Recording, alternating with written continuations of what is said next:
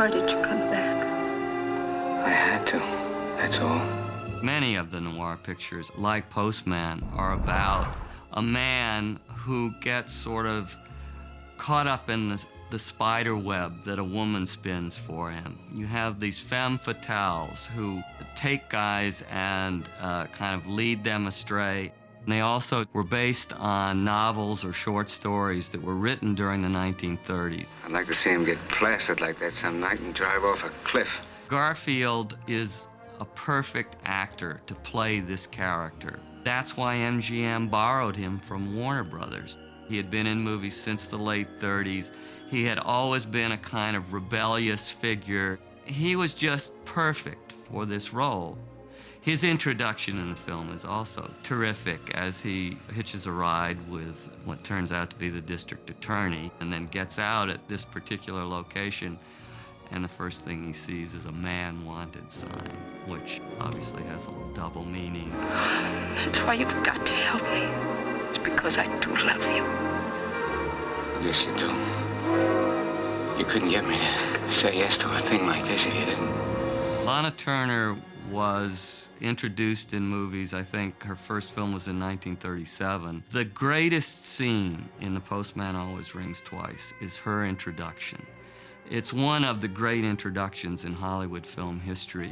You see John Garfield talking to Turner's husband, the Nick character, and then Nick goes outside and suddenly lipstick rolls across the floor toward him. And the camera focuses on the lipstick and then pans back to where the lipstick came from and stops on her legs.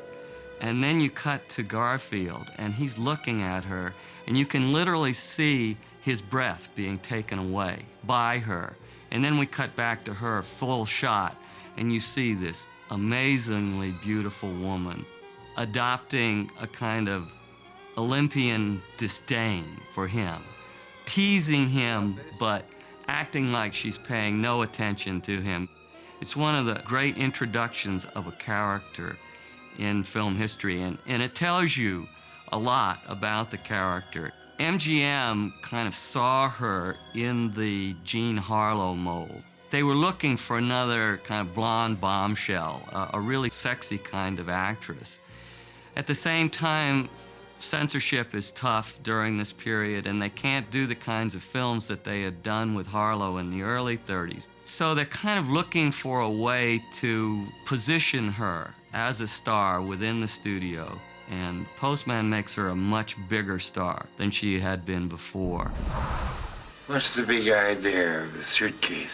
The cast that MGM put together for this film was quite wonderful and is one of the reasons it's such a memorable film. Chambers, my name's Arthur Keats. I'm Mrs. Smith's attorney. Hume Cronin as the kind of sleazy but incredibly sharp lawyer. He almost steals the picture. From now on, you speak only when you're spoken to. He is so good. Leon Ames, who's the slightly questionable district attorney, and you see these two guys going at one another, and they completely lose sight of what's right and wrong. It becomes a kind of contest. Laddie, I pity you. For how much money? $100 even. She's a gone goose. That's a bet.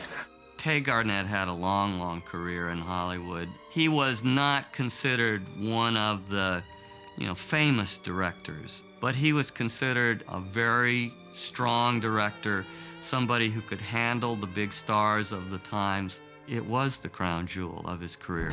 Quick, what happened? I stuck to my story. Same thing here. This is a very unusual picture for MGM. This is not the kind of film that MGM was known for at this time. For the most part, they don't even do crime pictures or thriller kinds of films at all. He's not going to get away with anything from now on, because I'm going to tell it all right now. If you'll just let me handle it. You handled it before, now I'll handle it. Everybody still remembers this picture because the story itself and the way that it's played out is so quintessentially film noir.